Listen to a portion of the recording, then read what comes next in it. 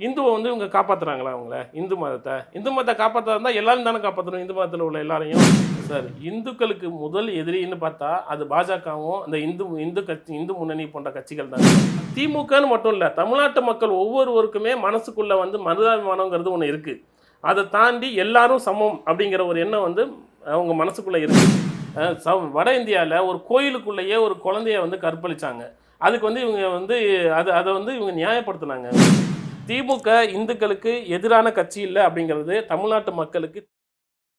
ஒற்றன் செய்தி நேயர்களுக்கு வணக்கம்.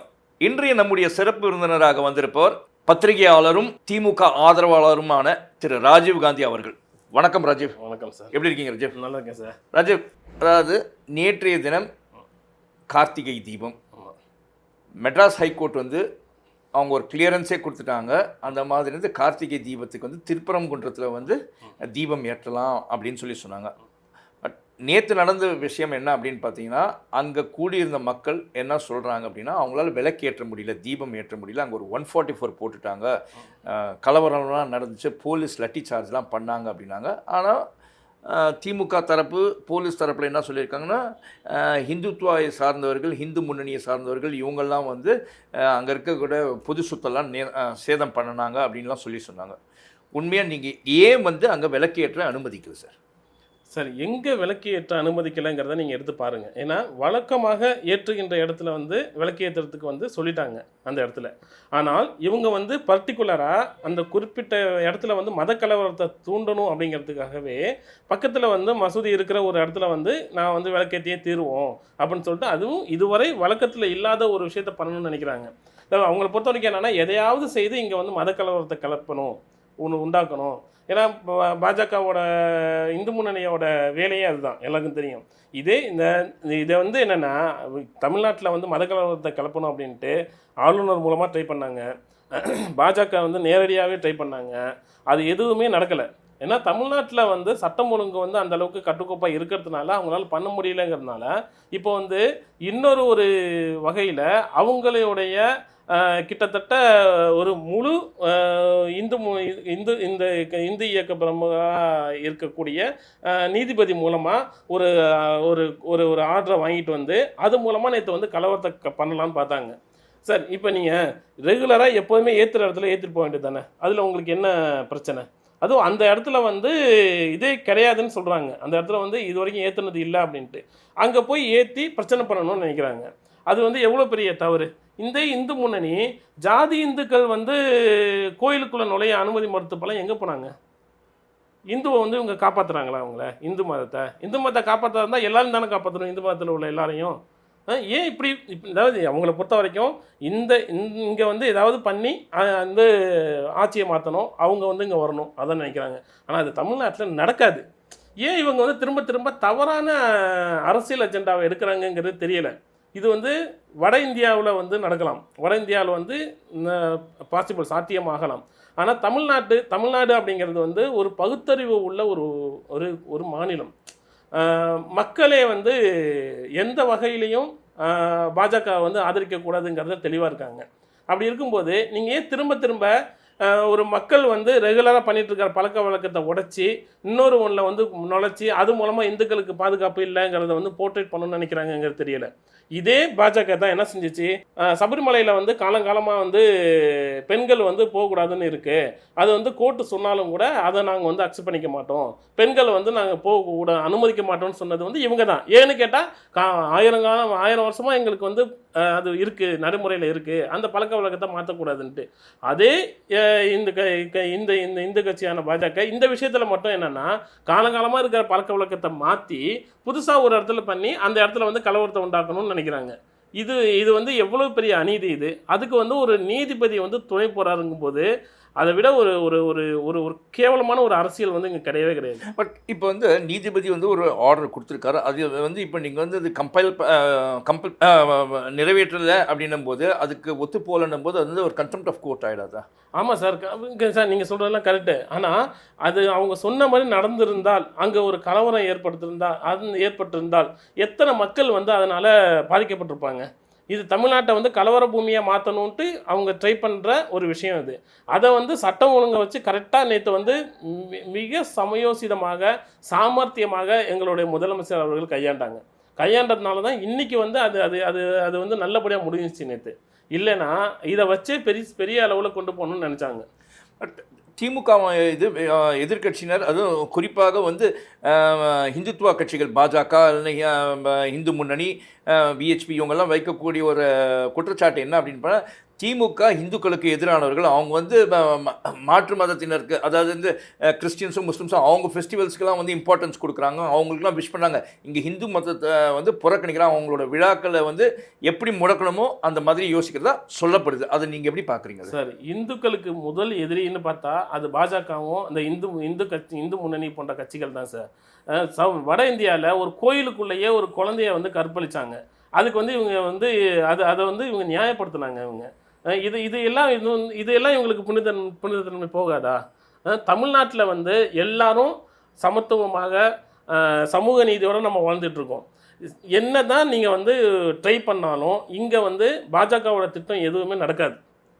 இது வந்து பகுத்தறிவு மண். திமுகன்னு மட்டும் இல்லை, தமிழ்நாட்டு மக்கள் ஒவ்வொருவருக்குமே மனசுக்குள்ளே வந்து மனிதாபிமானங்கிறது ஒன்று இருக்குது. அதை தாண்டி எல்லாரும் சமம் அப்படிங்கிற ஒரு எண்ணம் வந்து அவங்க மனசுக்குள்ளே இருக்குது. அதனால பாஜக வந்து திமுகவை வந்து இந்த விஷயத்தில் குறை சொல்லலை. அவங்களுக்கு ஓட்டு வாங்க முடியலங்கிறதுனால தமிழ்நாட்டை பழி வாங்கிறதுக்காக இந்த ஒரு விஷயத்தை எடுக்கிறாங்க. தமிழ்நாட்டை ஏதாவது கலவரம் பண்ணி ஆனால் இந்த அஜெண்டா செட்டே ஆகாது இங்கே. அப்புறம் ஏன் இதை எடுக்கிறாங்க அப்படின்னா அவனுக்கும் புரியல. அதாவது இத்தனை வருஷமாக நம்ம பார்த்துட்டே இருக்கோம், இந்த அஜெண்டா இங்கே செட் ஆகலைங்கிறது தெரியும். ஒவ்வொரு விஷயம் பண்ணாங்க. வேல் யாத்திரை பண்ணாங்க. வேல் யாத்திரை பண்ணதுனால பாஜக வந்து பெரிய சீட்டு வாங்கிடுச்சா, ஓட்டு வாங்கிடுச்சா? இல்லவே இல்லை. அவங்க வந்து என்னென்னலாம் பிரச்சனை பண்ணாங்களோ அது எல்லாமே அவங்களுக்கு பேக் ஃபயர் தான் இருக்குது. அதே மாதிரி தான் நேற்று நடந்த விஷயமும். திமுக இந்துக்களுக்கு எதிரான கட்சி இல்லை அப்படிங்கிறது தமிழ்நாட்டு மக்களுக்கு தெளிவாக தெரியும் சார். அதனால தான் தொடர்ந்து வெற்றியை வந்து கொடுத்துக்கிட்டே இருக்காங்க. ஓகே, அடுத்தபடியாக பார்த்தீங்கன்னா இப்போது பருவமழை பெஞ்சிருக்கு. இதனால் வந்து தமிழகத்தில் பல இடங்களில் வந்து வெள்ளப்பெருக்கு நிறைய ஆயிடுச்சு. அதுவும் குறிப்பாக சொல்ல போனால் சென்னை சுற்றி இருக்கக்கூடிய பூந்தமல்லி, வானகரம், அப்புறம் சென்னையில் இருக்கக்கூடிய ஹைஸ் ஹவுஸு, ராயப்பேட்டா, வியாசர்பாடி, இந்த மாதிரி இடங்கள் எல்லாமே வந்து தண்ணிகள் நிறைய தேங்கி இருக்குது. போடப்பட்ட சாலைகள் எல்லாமே பேத்து போயிடுச்சு. இது என்ன குற்றச்சாட்டு வைக்கிறாங்க எதிர்க்கட்சியினர் வந்து, இவங்க வந்து 4000 கோடி வந்து ஒதுக்கப்பட்டது இதுக்குன்ட்டு. பட் ஆனால் அதை யூஸ் பண்ணியிருந்தாங்கன்னா இவ்வளோ தண்ணி தேங்கி இருக்காது, இந்த மாதிரி சாலைகள்லாம் வந்து மோசமடைஞ்சிருக்காது, எங்கேயாவது ஊழல் நடந்திருக்கிறதுக்கான வாய்ப்புகள் இருப்பதாக எதிர்க்கட்சியினர் குற்றம் சாட்டுறாங்க. அதை நீங்கள் எப்படி பார்க்குறீங்க? ஏன் அதை வந்து கட்டுப்படுத்த முடியல சார்? இந்த ஒரு வாரத்தில் 25 சென்டிமீட்டருக்கு மேலே மழை பெஞ்சிருக்கிறதா கணக்கு சொல்கிறாங்க. வெறும் 10-15 சென்டிமீட்டர் மழை பெஞ்சப்பவே எடப்பாடி அரசில், அதிமுக அரசில் வந்து 4 நாள் 5 நாள் தண்ணி தேங்கலாம் பார்த்தோம். ஆனால் இன்றைக்கி போய் பாருங்கள், இன்றைக்கி கொஞ்சம் மழை விட்டுருக்கு, எங்கேயுமே தண்ணி தேங்கலை. ஏதாவது ஒரு சில இடங்களில் மட்டும் அதுவும் தேங்கினதும் உடனே வந்து வடிகால் வசதி சிறப்பாக பண்ணதுனால தான் அதை வந்து நாங்கள் மோட்டர் வச்சு இறைச்ச உடனே சரியானுச்சு. அது மோட்டர் வச்சு இறைச்சி எங்கே கொண்டு போய் போகிறோம்? வடிகாலில் தான் கொண்டு போய் வைக்கிறாங்க. வடிகாலுக்கு அனுப்பும்போது அது தண்ணி வந்து நீட்டாக போகுது. அதுக்கான கட்டமைப்பு உருவாக்குனது தான் திமுக அரசோட இது. ரெண்டாவது சார், அங்கங்கே மெட்ரோ வேலைகள் நடக்குது, உங்களுக்கே தெரியும். நிறைய வேலைகள் இங்கே நடந்துட்டு இருக்கிறதுனால ஒரு சின்ன இடங்களில் வந்து தண்ணி தேங்க தான் செய்யும். ஆனால் அது உடனே விரைவாக வெளியேற்றணுமா இல்லையா, மக்களுக்கு வந்து எந்த சிரமமும் இல்லாமல் பண்ணோமாங்கிறத தான் நீங்கள் பார்க்கணும். 2015 வந்து நீங்கள் பார்த்தீங்கன்னா ஒரு வாரம் தண்ணி தேங்கி இருந்துச்சு சார் இங்கே.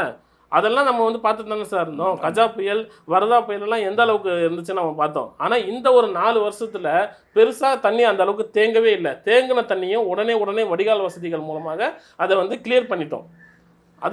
அதுதான் முக்கியம் இங்கே.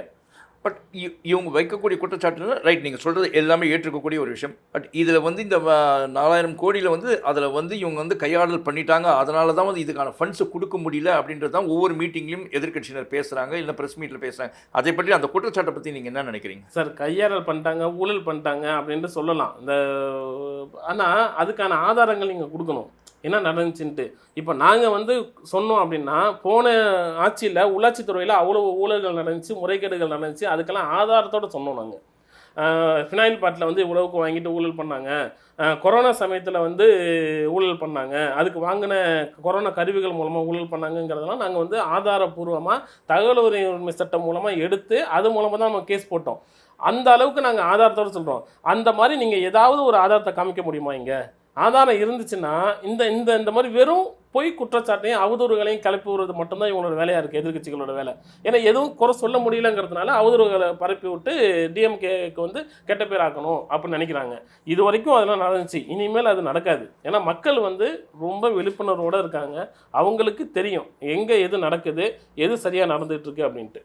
Right, okay. இப்போ அடுத்ததாக பார்த்தீங்கன்னா வந்து நேற்றைய தினம் வந்து தென்காசி மாவட்டத்தில் இருக்கக்கூடிய ஒரு வழக்கறிஞர் முத்துக்குமாரசாமின்ட்டு, அவர் வந்து முன்னாள் கவர்மெண்ட் ப்ளீடராக இருந்திருக்கார், அரசு வழக்கறிஞராக இருந்திருக்கார். அவர் பல குற்றவியல் கேசஸை நிறைய க்ரைம் கேசஸ்லாம் நிறைய அட்டென்ட் பண்ணியிருக்கார், ரெப்ரசன்ட் பண்ணியிருக்கார். அப்படிப்பட்டவர் நேற்று வந்து கொடூரமாக கொலை செய்யப்பட்டிருக்காரு. இந்த கொலை உடைய பின்னணி என்னவா இருக்குன்னு நீங்கள் பார்க்குறீங்க. அதுக்கப்புறமா வந்து இப்படி ஒரு கொலை வந்து ஒரு வழக்கறிஞர் மேலேயே நடக்குது அப்படின்னும்போது அப்போ தமிழகத்தில் இருக்கக்கூடிய சட்டம் ஒழுங்கு எந்த அளவில் இருக்குது, அதை வந்து குறை சொல்கிறார்கள் எதிர்க்கட்சியினர். அதை நீங்கள் எப்படி பார்க்குறீங்க? உண்மையிலேயே சட்டம் ஒழுங்கு குறைஞ்சிருக்கா, இல்லை அந்த சட்டம் ஒழுங்கு சீர் செய்யறதுக்கு என்ன பண்ணுறீங்க சார்? சார், நீங்கள் புள்ளி விவரத்தை எடுத்து பார்த்தீங்கன்னா அந்த 10 வருட அதிமுக ஆட்சியில் தான் அதிகமாக கொலைகள் நடந்தன. ஈவன் கொரோனா சமயத்தில் கூட அதிகமாக கொலை நடந்தது அதிமுக ஆட்சியில் தான். கொரோனா ஊரடங்கும் போது கூட ரவுடிசம் வந்து இங்கே நிறையா இருந்துச்சு. ஆனால் இந்த 4 ஆண்டுகளில் பார்த்தீங்கன்னா அந்த கொலை சம்பவமோ இல்லை மற்ற சம்பவங்களோ குறைந்திருக்கு. ரெண்டாவது, எந்த ஒரு சம்பவமாக இருந்தாலும் அதன் மீது உடனே நடவடிக்கை எடுக்கப்பட்டு அதுக்கான நீதி வந்து வாங்கி கொடுத்துட்ருக்கோம் நாங்கள். நீங்கள் வந்து அதிமுக ஆட்சியில் வந்து ஒரு பெண் வந்து ஒரு ஒரு ஒரு ஒரு பலாத்காரத்துக்கு ஆளானா போய் கம்ப்ளைண்ட் கூட கொடுக்க முடியாத ஒரு சூழ்நிலை நிலவுனுச்சு. அவளுக்கு அச்சுறுத்தல் தான் பண்ணாங்க பொள்ளாச்சி சம்பவத்தில். அதை தாண்டி இன்னும் நிறைய விஷயங்கள் சட்டம் ஒழுங்கு விஷயத்தில் வந்து நான் வந்து காமிக்க முடியும். எடப்பாடியோட இதில் வந்து எவ்வளோ ஒரு மோசமாக இருந்துச்சு அப்படின்ட்டு. அதாவது தூத்துக்குடி துப்பாக்கி சூடாக இருக்கட்டும், வரலாற்றிலே முதல் முறையாக ஒரு முதல்வர் வந்து நான் டிவி பார்த்து தான் துப்பாக்கி சூட்டையே தெரிஞ்சுக்கிட்டேன் அப்படின்னு சொன்னதெல்லாம் இங்கே நடந்துச்சு. அப்புறம் வந்து ஃபெலிக்ஸ் வழக்கு, இந்த அப்பா பையன் 2 பேரையும் அழைச்சிட்டு போய் போலீஸ், இந்த சம்பவங்கள் எல்லாத்துலேயுமே நீங்கள் பார்த்தீங்கன்னா எடப்பாடி பழனிசாமி அவர்கள் அந்த சம்பவத்துக்கு வந்து நியாயம் தான் சொல்லியிருப்பார். ஆனால் நாங்கள் வந்து அப்படி பண்ணவே இல்லை. நாங்கள் வந்து நடந்த சம்பவத்தை வந்து நாங்கள் அக்செப்ட் பண்ணிவிட்டு இம்மிடியேட்டாக அதுக்கான நீதியை வாங்கி கொடுக்கணும். அண்ணா பல்கலைக்கழக மனைவி விவகாரத்துலேருந்து ஏகப்பட்ட விஷயத்தில் வந்து ஒரு 6 மாதம் 1 வருஷத்துக்குள்ளே அதுக்கான தண்டனையை பெற்றுத்தரணும், அவங்களுக்கு நீதி கிடைக்கணும் அப்படிங்கிறதுல முதலமைச்சர் அவர்கள் ரொம்ப உறுதியாக இருக்காங்க. அதனால தான் இப்போ வந்து இந்த சம்பவங்கள் வந்து குறைஞ்சிட்டு இருக்கு. இங்கே 1-2 நடக்குது. நீங்கள் சொன்ன சம்பவத்தில் வந்து பலியானது எங்களுடைய கட்சி வக்கீல் தான் அவர். அதனால் எவ்வளவு சீக்கிரம் முடியுதோ அவ்வளோ சீக்கிரத்தில் குற்றவாளிகள் கண்டுபிடிக்கப்பட்டு அவங்களுக்கு தகுந்த தண்டனை எவ்வளோ சீக்கிரம் முடியுமோ அவ்வளோ சீக்கிரம் கொடுப்பார். சரி, நீங்கள் சட்டம் ஒழுங்கு நீங்கள் இந்த அளவுக்கெல்லாம் சொல்கிறீங்க, ஏற்றுக்கிறேன் சார். ஆனால் வந்து பெண்களுக்கு சரியான பாதுகாப்பு தமிழ்நாட்டில் இல்லை. பல இடங்களில் கற்பழிப்பு, மொலஸ்டேஷன் இந்த மாதிரிலாம் நடக்குது. அப்படின்னா பெண்கள் பாதுகாப்பு இன்றி இருக்கிறதா சொல்கிறாங்க. அது தகவலும் வருது. அதை நீங்கள் எப்படி பார்க்குறீங்க? ஏன் நீங்கள் சட்டம் ஒழுங்கு சரியாக இருக்குன்னும் போது ஏன் அதை சரியாக கையாள முடியல சார்? சார், பிரச்சனை என்ன தெரியுமா சார்? தமிழ்நாட்டில் திமுக அரசில் வந்து பெண்களுக்கு வந்து ரொம்ப பெரிய செல்வாக்கு வந்து ஏறிட்டே இருக்குது. பல்வேறு நலத்திட்டங்கள் மூலமாக பெண்கள் வெளியில் வர்றாங்க. விடியல் பயண திட்டம் மூலமாக விடியல் இலவச பேருந்து பயணம், அடுத்தது மகளிர் உரிமை தொகை, அடுத்தது கல்லூரி படிக்கிறதுக்கு வந்து மாதம் 1000, இந்த மாதிரி ஒவ்வொன்றும் வந்து புதுமை பெண் திட்டம். இந்த மாதிரி பெண்கள் வந்து இப்போ தான் வெளியில் வர ஆரம்பிச்சிருக்காங்க. ரெண்டாவது, சுயமாக சொந்த காலில் நிற்கிறதுக்கான ஒரு நிலைமை வந்து இப்போ ஏற்பட்டிருக்கு. அதை எப்படியாவது உடைக்கணும் அப்படிங்கிறது தான் எதிர்க்கட்சிகளோட ஒரே ஒரு அஜெண்டா. அந்த அஜெண்டா அப்படி தான் அவங்க செயல்படுறாங்க. இப்போ பெண்கள் பாதுகாப்பு இல்லை அப்படின்லாம் சொல்கிறாங்க. ஆனால் இவங்க ஆட்சியில் வந்து பொள்ளாச்சி சம்பவம் நடந்த ஒன்று வந்து பெரிய உதாரணம் இவங்களுக்கு. ஏன்னா அந்த பொள்ளாச்சி சம்பவத்தில் வந்து புகார் கொடுக்க வந்த பெண்களையே அவங்க மேலேயே இவங்க வந்து கேஸ் போட்டாங்க, அவங்களையே இவங்க வந்து அச்சுறுத்தினாங்க. ஒரு டிஎஸ்பி வந்து அவங்களோட பேரை வந்து வெளியில் சொல்லி அவங்களுக்கு எப்பேற்பட்ட அச்சுறுத்தல் இது. புகார் கொடுத்த பெண்ணோட பேரை வந்து வெளில சொல்கிறது. அந்த ஆட்சியில் வந்து பெண்கள் வந்து துணிச்சலாக வந்து புகார் கொடுக்கவே முடியாத ஒரு சூழ்நிலை தான் அங்கே வந்து இருந்துச்சு. ஆனால் இப்போ அப்படி இல்லை. இந்த கவர்மெண்ட்டில் பெண்கள் துணிச்சலாக வந்து புகார் கொடுக்குறாங்க. சரி, இங்கே வந்து கொடுத்தா நம்மளுடைய பெயர்லேருந்து எல்லா ரகசியமும் காப்பாற்றப்படும். ரெண்டாவது, எவ்வளவு சீக்கிரம் முடியும் அவ்வளோ சீக்கிரம் குற்றவாளிக்கு வந்து இவங்க தண்டனை கொடுப்பாங்க அப்படிங்கிற நம்பிக்கை வந்து பெரிய நம்பிக்கை ஏற்பட்டிருக்கு. அப்படி இருக்கும்போது பாஜக, அதிமுக இவங்களோட இதெல்லாம் என்னன்னா பெண்கள் வந்து முன்னேறக்கூடாது. அதுதான் சார் அவங்களோட ஒரே குறிக்கோள். அதுக்காக தான் இவங்க வந்து என்னன்னா பெண்கள் வந்து இந்த அளவுக்கு வளர்றாங்க, அதை கெடுக்கணும் அப்படிங்கிறதுக்காக. இதே நீங்க இவ்வளவு எதிர்ப்பு பெண்கள் பாதுகாப்பு அதெல்லாம் பேசுறாங்கல்ல, ஒரு பிரதமர் மேல ஒருத்தர் பாலியல் குற்றச்சாட்டு வைக்கிறாரு. யாரு? அவங்க கட்சியை சேர்ந்த ஒருத்தர் தான். ஆமா, அந்த ட்விட்டர்ல போட்டு இந்த சுப்பிரமணிய சாமி சுப்பிரமணிய சுவாமிங்கிறது எந்த கட்சி? பாஜக. பாஜகவை சேர்ந்த ஒருத்தர் பாஜக பிரதமர் மேல ஒரு குற்றச்சாட்டை வைக்கிறாரு. இது வரைக்கும் எந்த விதமான பதிலுமே அங்கேருந்து வரல. அதில் போட்டிருந்தாரு இந்த மாதிரி நரேந்திர மோடி வந்து யூஎஸ் பார்த்தா பயப்படுறாரு, ஏன்னா இவரோட சில லீலைகள்லாம் அங்கே மாட்டியிருக்கு. இதை விட ஒரு பெரிய ஒரு அசிங்கம் ஏதாவது இருக்கா? அதாவது நாட்டில் எதிர்கட்சிகள் கூட பிரதமர் மேலே வந்து இப்படி ஒரு குற்றச்சாட்டை வந்து சொல்லலை, ஆனால் சொந்த கட்சிக்காரனே சொல்கிறாரு. ஆனால் அதை வந்து நம்ம வந்து எளிதாக கடந்து போகிறாங்க பாஜக. அதெல்லாம் ஒரு பெரிய விஷயமே இல்லை அப்படின்ட்டு. அப்போ இதில் வந்து உண்மைத்தன்மை என்னங்கிறத அவங்க வந்து பார்க்கணும்ல, அதை பற்றி அவங்க யோசிக்கவே இல்லை இது வரைக்கும். ஓகே, நேர்காணலின் இறுதி கேள்வியாக என்ன அப்படின்னு பார்த்தீங்கன்னா வந்து இந்த எஸ்ஐஆர் அந்த எனுமரேஷன் ஃபார்மில் அது வந்து சப்மிஷன் டேட் கிட்ட வந்துருச்சு. எந்த அளவில் இருக்குது, எந்த அளவில் அது சக்ஸஸ்ஃபுல்லாக நீங்கள் பண்ணியிருக்கீங்க, நியாயமாக நடந்திருக்கா? சில குற்றச்சாட்டுகள்லாம் வருது, அதை நீங்கள் எப்படி பார்க்குறீங்க? நியாயமாக திமுக ஆட்சியில் நடக்கிறதா? சார், எஸ்ஐஆருங்கிறது வந்து கொண்டு வந்தது ஒன்றிய அரசு. நாங்கள் வந்து கடுமையாக அதை எதிர்த்துட்டு தான் இருக்கோம் இன்னமும். ஆனால் ஒரு பக்கம் வந்து எதிர்த்துக்கிட்டு இருந்தாலும் நாங்கள் இன்னொரு பக்கம் அதுக்கான பணிகளை வந்து எந்த விதத்துலையும் முடங்கிடக்கூடாது. ஏன்னா முக்கியமாக பாஜகவோட திட்டம் என்னன்னா ஒரு மாஸ் ஓட்டை வந்து இங்கே வந்து கட் பண்ணணும் அப்படிங்கிறது தான் அவங்களோட பிளானு. இப்போ வந்து வட இந்தியாவில் வந்து பீகார் மாநிலத்தில் நடந்த மாதிரி இங்கே வந்து லட்சக்கணக்கான ஓட்டை வந்து கட் பண்ணி அவங்களுக்கு எதிராக இருக்கிற ஓட்டை எப்படியா இருந்தாலும் அவங்களால இங்கே ஜெயிக்க முடியாதுன்னு தெரிஞ்சு போச்சு சார். அதனால் இங்கே வந்து அந்த ஓட்டை வந்து அவங்களுக்கு எதிராக வரப்போகிற ஓட்டை வந்து கட் பண்ணணுங்கிறது தான். அது அப்புறம் நடந்துடக்கூடாது அப்படிங்கிறதுக்காக தான் நாங்கள் வந்து தீவிரமாக எஸ்ஐஆர் வேலையில் வந்து எங்களுடைய பூத் லெவல் ஏஜென்ட்ஸ் வந்து ஈடுபட்டுருக்காங்க.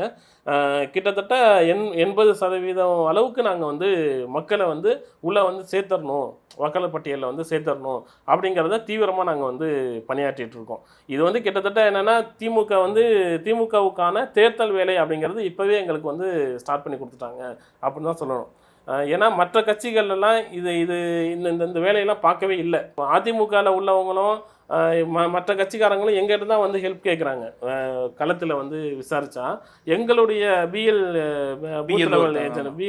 பிஎல்ஏ டூட்ட தான் வந்து ஹெல்ப் கேட்குறாங்க. இது எப்படி பண்ணணும்னு தெரியலை, எங்கள் வீட்டில் உள்ளவங்களுக்கே தெரியலை, நீங்கள் தான் ஹெல்ப் பண்ணணும் அப்படின்ட்டு. ஏன்னா நாங்கள் வந்து கிட்டத்தட்ட ஒரு 6 மாதம் அவங்களுக்கு நியாயமான எதிர்கட்சியினருக்கு நியாயமான உதவியை தான் செய்கிறீங்களா? ஆமாம். ஏன்னா ஓட்டு சார் நமக்குள்ளே வந்து என்ன வேணாலும் வந்து சண்டை போட்டுக்கலாம், விமர்சனங்கள் வைக்கலாம். ஆனால் வாக்குரிமை அப்படிங்கிறது வந்து விட்டு கொடுக்கக்கூடாது எந்த விதத்துலையும். வாக்குகளை திருடுறதுக்காக தான் பாஜக வந்து இதை கொண்டு வருது. வாக்குரிமையை வந்து கட் பண்ணி வாக்குகளை திருடுறதுக்கு. அதுக்கு நம்ம எந்த வகையிலையும் வந்து விட்டு கொடுத்துடக்கூடாது அப்படிங்கிறதுக்காக தான் நாங்கள் வந்து யாராக இருந்தாலும் ஹெல்ப் பண்ணிட்டு இருக்காங்க. மிக்க நன்றி ராஜீவ் காந்தி. ரொம்ப நன்றி சார். நன்றி நேயர்களே.